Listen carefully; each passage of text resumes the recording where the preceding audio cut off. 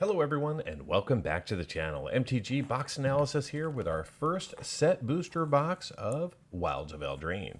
So I picked this one up from my local game store for $129.99. Got myself a buy a box promo of Expel the Interlopers here. Very cool card here. Nice little board wipe action.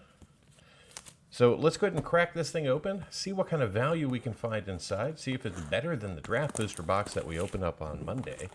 Monday's box I thought was pretty darn good for a draft booster box. So we've got 30 packs of goodness in here with Ginger Brute. Actually, I believe it's now Sir Ginger Brute. It's been upgraded in the realm. There we go. Nice even stacks, I believe. Close enough. All right. So let's go ahead and just crack these things open, see what kind of value we can find, and analyze the box at the end. Collector boxes are coming. I'm hoping maybe by Friday. All right. So we've got ourselves a mouse, followed by a foil Regal Bunicorn coming in as our first rare. Then we're going to see ourselves an Impact Tremors coming in from the Enchanting Tales subset with a Twinning Twins. And then we're going to see a Galvanic Giant, followed by Disdainful Stroke, Archive Dragon, Feed the Cauldron, Scream Puff, Ministrosity, Root Rider Fawn, Merfolk Coralsmith, and then we're going to see ourselves a Forest, and a non-signed art card. All right, so we'll just go through a couple of packs like that, and then we'll start skipping the commons. I think we'll keep going through the uncommons, though. All right, so we've got more food. Or a food, with a Verdant Outrider coming in as a foil. Then we're going to see Garruk's Uprising, followed by an Ingenious Prodigy. And then we're going to see ourselves a Food Coma with a Spellscorn Coven, a Knight of Doves, and then a Cheeky House Mice with a Return Triumphant, a Charmed Clothier, Protective Parents, Voracious Vermin, and a Foil Island in the back. And then we're going to see I think that's Doubling Season? Nope, the Goose Mother coming in the art form. I was going to say it looked a little bit off, although it was a multi-headed goose. All right, so we've got ourselves some treasure, followed by a Disdainful Stroke. And then we are going to see a Leyline of Sanctity, rare from the Enchanting Tales subset.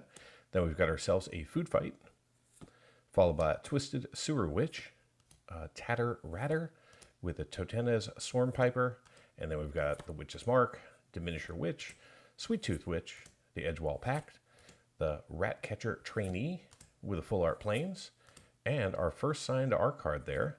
So this is going to be Agatha's Champion by Jason Engel. Thank you, Jason. Very cool. All right, now I think we'll speed things up a little bit. All right, so we've got a Lowly Human, followed by a Candy Grapple, and then we're going to see a Knightly Valor with a Will Scion of Peace, Mythic showing on up. Then we got the Princess Takes Flight, Dutiful Griffin with a Threadbind Cleek. Then we're going to see a Lord Skitter's Butcher, Callous Sellsword.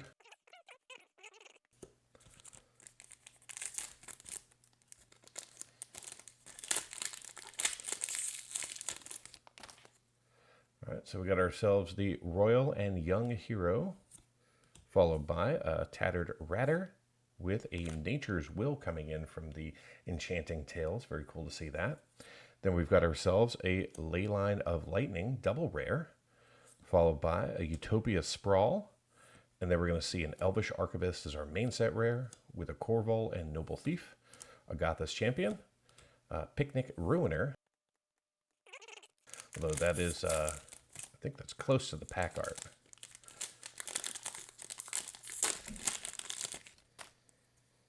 All right, this one kicks off with a Rat, followed by a Protective Parents.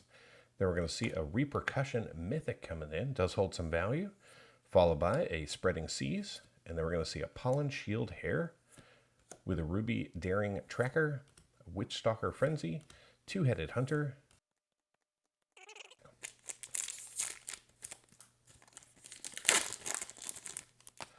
All right, another roll token, the Royal and the Young Hero, followed by Greta Sweet Tooth Scourge in foil with an Intruder Alarm, a Ground Seal. Then we're going to see an Intangible Virtue with a Regal Bunnicorn, this time non-foil. Then a Boundary Lands Ranger with a Monstrous Rage and an Embereth Veteran.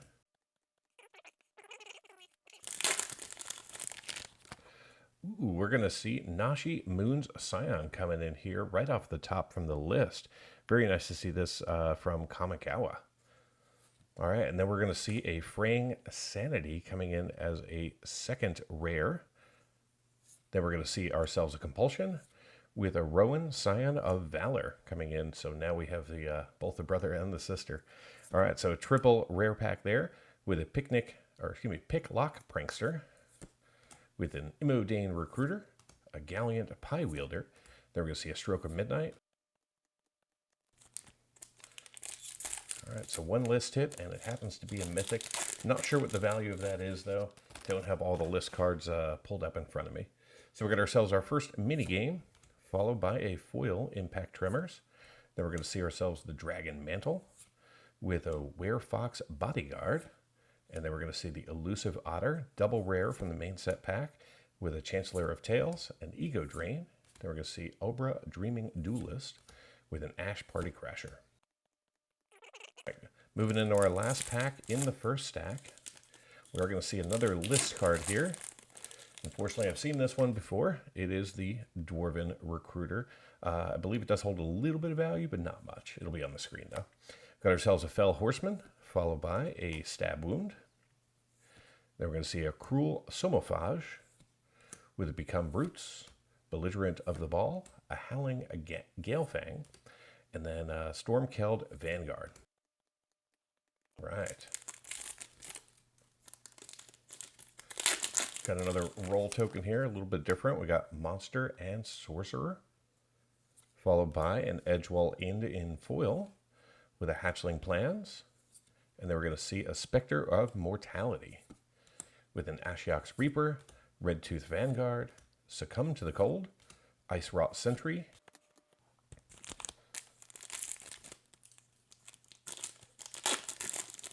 all right, another list card here. It's going to be a rare. It's going to be Kel's Fight Fixer. There we go. Kel's Fight Fixer there. Then we're going to see a Tenacious Tome Seeker, followed by a Raid Bombardment. And then we're going to see the Goose Mother coming in as our main set rare. Then we're going to see a Glass Casket, Tenacious Tome Seeker, a High Fae Negotiator with a Soul Guide Lantern. So you are able to get up to 5 rares in these packs. Have not seen that yet, although we do have another chance here. So we are going to see a pretty good one here. This is going to be Greensleeves Maro-Sorcerer coming in from the Dominaria United Commander subset. Very cool. All right, and then we got ourselves a Merry Bards with a Hatchling Plans.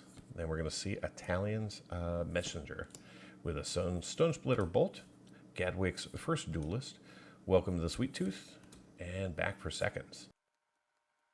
So I think the best pack so far we've had was with 3 rares. But again, you're supposed to be able to see up to 5. You're going to need one in the list slot, one in your foil slot, then 3 back to back to back. So we've got the Winchester Draft, followed by a foil Dragon Mantle with an Impact Tremors. And then we're going to see Gruff Triplets with a Knight of Sweet's Revenge, Tough Cookie, with Greta Sweet Tooth Scourge, and another non-signed art card.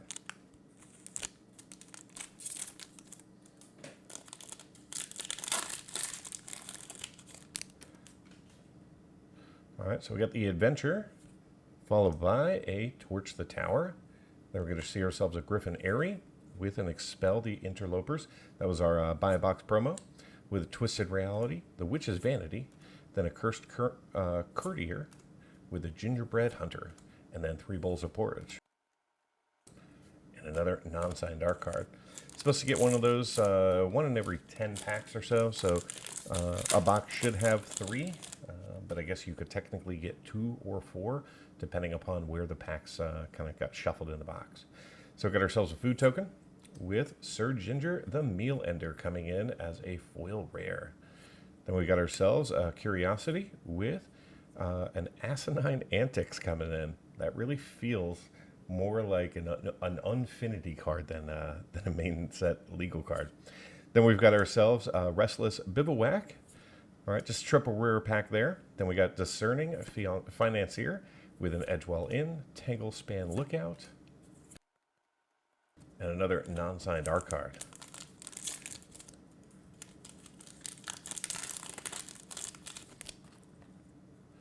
All right, non-token token with Sir Armont the Redeemer in foil.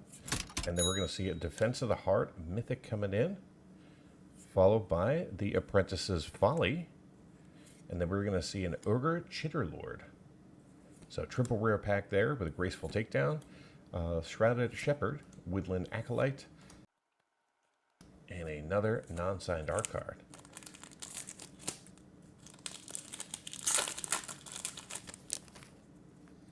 All right, so this one's got the bird with a Toadstool Admirer, and then we're going to see an Oversold Cemetery coming in as our rare with a Lich Knight's Conquest, and then Taken by Nightmares, Ashiok's Reaper, Eerie Interference, then we're going to see the Royal Treatment, and Sir Armont the Redeemer.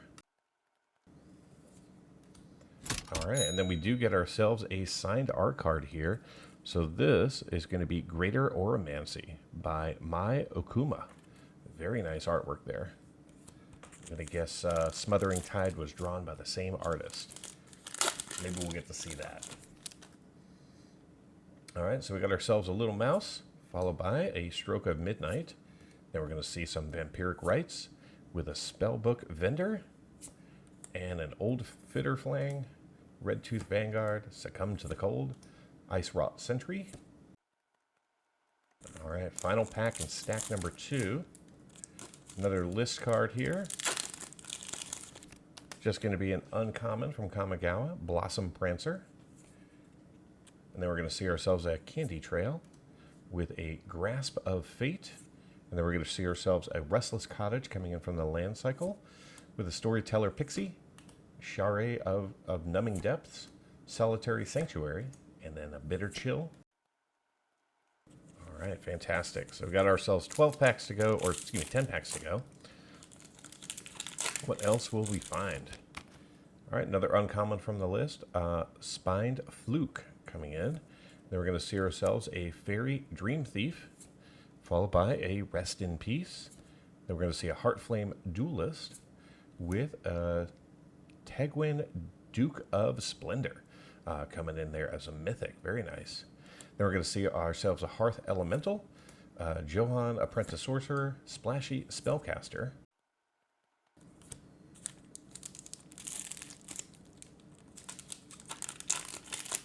Still no really big hits, which is a little bit surprising for a set booster box.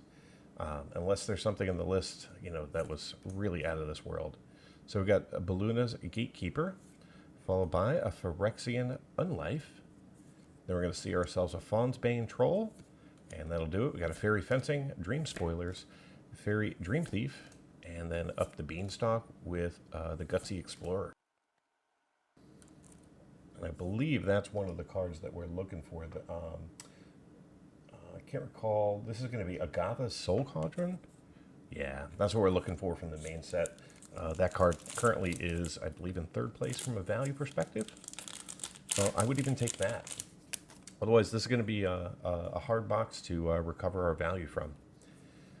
So we got ourselves a food token with a Collector's Vault. Then we're going to see ourselves a Dark Tutelage with a Farsight Ritual.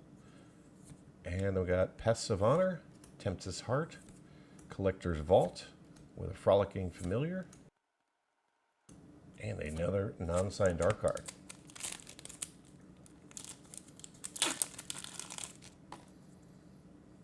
All right, we've got the Rat with a Flick a Coin in foil, followed by Curiosity, and then Archon of the Wild Rose with a Neva Stalked by Nightmares, Hearth Elemental, Johann Apprentice Sorcerer, and the Splashy Spellcaster.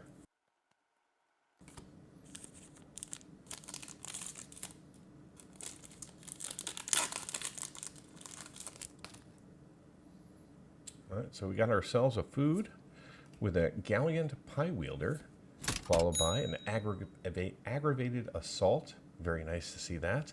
Then we're going to see the Ice and Crag, and that'll do it. Already's Tempting Apple, Stone Splitter's Bolt, Twisted Reality, Gadwick's First Duel, and Welcome to Sweet Tooth.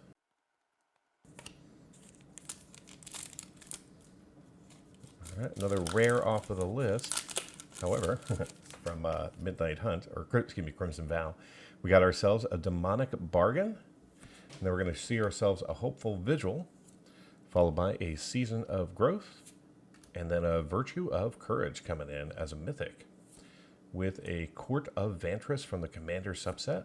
Then we got Back for Seconds, Knight of Sweet's Revenge, Tough Cookie, Troublemaker Oofy, the Sling Blade Assassin, the Mocking Sprite, the Misleading Moots, an Island, and another non-signed art card. All right, 4 packs to go.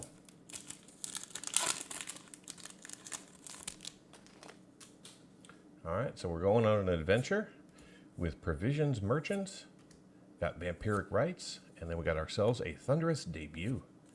Charging Hooligan, Greta Sweet Tooth, Gingerbread Hunter, 3 bowls of porridge. All right, 3 packs remaining. We're going to get another list card. Of course, all that glitters. Definitely a key card for the original Eldraine. Then we get ourselves a Titanic Growth with a Copy Enchantment, followed by Imodane the Pyrohammer, and then a Provisions Merchant, Discerning Financier, Edgewall Inn, Tanklespan Lookout, and a beautiful piece of art right there. Unfortunately, unsigned. That one I would like to have unsigned, just for my collection. All right, so we got ourselves an Elemental with a Threadbind Clique. Then we've got a Grasp of Fate with a Restless Vine Stalk from the Land Cycle, and then a Graceful Takedown, Shrouded Shepherd, Woodland Acolyte, Quick Study, Water Wings, Johann Stopgap, Spell Stutter, with an Albria's Attendance and a Mountain, and a stamped art card. Well, this is doubling season. Unfortunately, Avika did not provide the stamp. Still cool, though. All right, final set booster pack, and then we'll jump into the MTG box analysis. All right, so we got Booster Blitz, followed by a Merfolk Coralsmith, and then we're going to see a Leyline of the Void, followed by a Mosswood Dread Knight, and then the Witch's Vanity, Cursed Courier, Taken by Nightmares, Royal Treatment, Sir Armand the Redeemer, Sky Beast Tracker, Stormkeld Prowler, Scarecrow Guide, and a Swamp, and yet again another non-signed art card. All right, so give me just a moment. I'll get everything sorted, organized, and be right back with the MTG box analysis. We'll begin the analysis by looking at all of the cards that we pulled from the 30 set booster packs for the 2 different sets. Then we'll review how much of the main set and the Enchanting Tales subset we covered in non-foil and foil, along with a breakdown of coverage by rarity and a look at box duplication. Following this, we'll establish a baseline for value with a look at the current value of the 2 sets before moving into a recap of the actual observed value. Finally, we'll conclude with a summary. If you want to go deeper into the analysis and see all of the metrics for this box and more than 150 others, simply join the channel at the Give Me the Data level to download the analysis. Let's kick things off by examining the box's contents in comparison to the cards that we had an opportunity to obtain. With the aid of this chart, we can differentiate the cards that we could have potentially acquired from the primary Wilds of Eldraine set, marked in gray, from the actual foils we acquired, highlighted in orange, and the non-foils in green. Within the realm of the non-foils, we saw between 39 and 48 cards for each of the primary colors of Magic, resulting in a variance of 9 cards. When it comes to the foils, those numbers drop to a range of 3 to 5 cards for each color. It's worth noting that set boosters are the exclusive source for Jumpstart cards, and in today's box we saw 1 foil and 8 non-foils. Additionally, this box contained a single showcase and a single borderless card. From the Enchanting Tales subset, we saw between 6 and 8 non-foils for each of the colors of Magic, and in the foil space we saw 1 blue and 2 red cards. Unfortunately, this set booster box did not contain any of the anime borderless cards. Moving into coverage, from the main Wilds of Eldraine set, we saw 236 unique cards out of a possible 322, giving us 73% coverage of the cards that we were eligible to see. Our highest coverage among the primary colors of Magic was in white with 91% coverage. In the foil space, we saw 33 of the 332 cards, giving us 10% coverage of the set. Our highest coverage among the primary colors of Magic this time was a tie between white and blue with 12% coverage apiece. Moving into the Enchanting Tales subset, we ended up seeing 30 of the 83 cards in non-foil for 36% coverage, and in the foil space, we saw a total of 3 cards for 4% coverage. Pivoting to coverage by rarity, in today's box we saw all of the commons and 97% of the uncommons that we were eligible to see in non-foil from the main set. We also saw 30 of the 84 rares for 36% coverage and 3 non-foil mythics for 9% coverage. In the foil space, we saw 13% of the commons, 13% of the uncommons, and 2 foil rares good enough for 2% coverage. In the Enchanting Tales subset, we saw all 18 of the uncommons in non-foil, 10 of the 35 rares, and 2 of the mythics for 7% coverage. We also saw 11% of the uncommons in foil and a single foil rare for 3% coverage. In total, we saw 46 rares and 7 mythics within these 30 packs when we include the 1 rare and mythic from the Commander subset and the 2 rares and 2 mythics from the list. From a duplication standpoint, 56 of the cards that we saw were repeats, giving this box a duplication rate of 16%. No card was repeated more than twice. Before jumping into the value of today's set booster box, let's first examine the potential value of the cards that we could have obtained. This chart shows all 322 cards that you can pull from a set booster pack of Wilds of Eldraine using pre-release non-foil market prices. Currently, the main set features 3 cards valued over $10. They are Agatha's Soul Cauldron, currently valued at $15.56, the Moonshaker Cavalry, currently valued at $18.25, and Beseech the Mirror, valued at $29.34. There are also 4 cards from the main set valued between $5 and $10, and 31 cards valued between $1 and $5. The other 284 cards in the main set are currently valued less than $1. If you were to add up the value of all 322 cards, you'd have a non-foil market value of $245.67. The real value in Eldraine comes from the Enchanting Tales subset. Here's a look at the 83 cards that you can pull from a set booster pack using non-foil market prices. Currently, the subset features 19 cards valued over $10. The best cards that you can pull from a set booster pack are going to be the Anime Borderless Doubling Season, currently valued at $53.07, the Smothering Tide, valued at $53.37, and the Ristic Study, which is all the way up at $60.63. There are also 12 cards valued between $5 and $10, and 16 cards valued between $1 and $5. The other 36 cards in the subset are currently valued less than $1. The total value of all 83 cards in the subset using non-foil pre-release market prices is $623.95. So what kind of value did we end up seeing in today's box from the main set? To be honest, not much. We didn't see any of the 6 cards valued over $5 in non-foil today from the main set. We did see 6 of the main set cards valued between $1 and $5, but the other 281 non-foils that we saw are currently valued less than $1.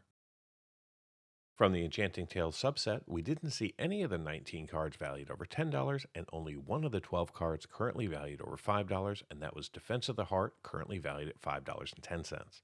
We did pick up 5 cards valued between $1 and $5, but the other 29 non-foils from the subset are currently valued less than $1. In the traditional foil space, this set booster box didn't produce any meaningful value.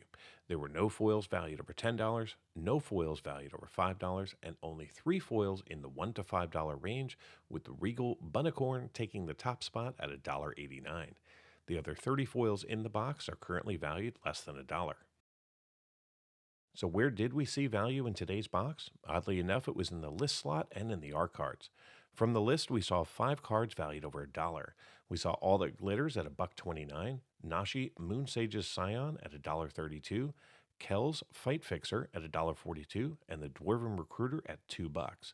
Taking the top spot was the Green Sleeves Maro-Sorcerer from Dominaria United Commander, currently valued at $11.08 in the list form. And from the art series, we saw Agatha's Champion in a signed art card for $2.29, Greater Oromancy valued at $11.29, and the stamped Doubling Season currently valued at $16.69. So how did this box perform? Well, I purchased this box from my local game store for $129.99. The current market price for these boxes as of September 5th is $123.72. The Wilds of Eldraine set booster box contains 30 packs, each with 12 cards, allowing you to see 360 cards, plus art cards, cards from the list, and tokens. The 27 non-signed and 3 signed art cards are currently valued at $43.02 using pre-release market prices. The 8 cards that we saw from the list are currently valued at $17.79. The 2 cards that we pulled from the Commander subset are valued at $3.60, which is why I didn't give much focus to them during the analysis. The 38 Enchanting Tales cards that we saw have a total value of $30.49. Now, from the main set, the 21 tokens and 30 basic lands are valued at $12.62 combined. The 128 commons that we saw are valued at $29.69, and the 127 uncommons that we saw are valued at $27.42.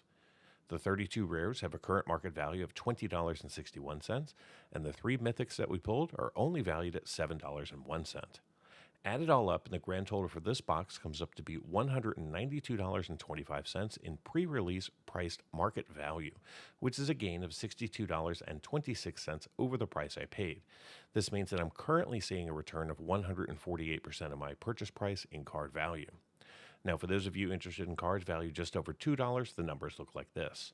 In total, we saw 13 cards valued over $2 in this box, and they have a current combined value of $72.43, which means that those 13 cards represent 38% of the total box value and only 56% of my purchase price.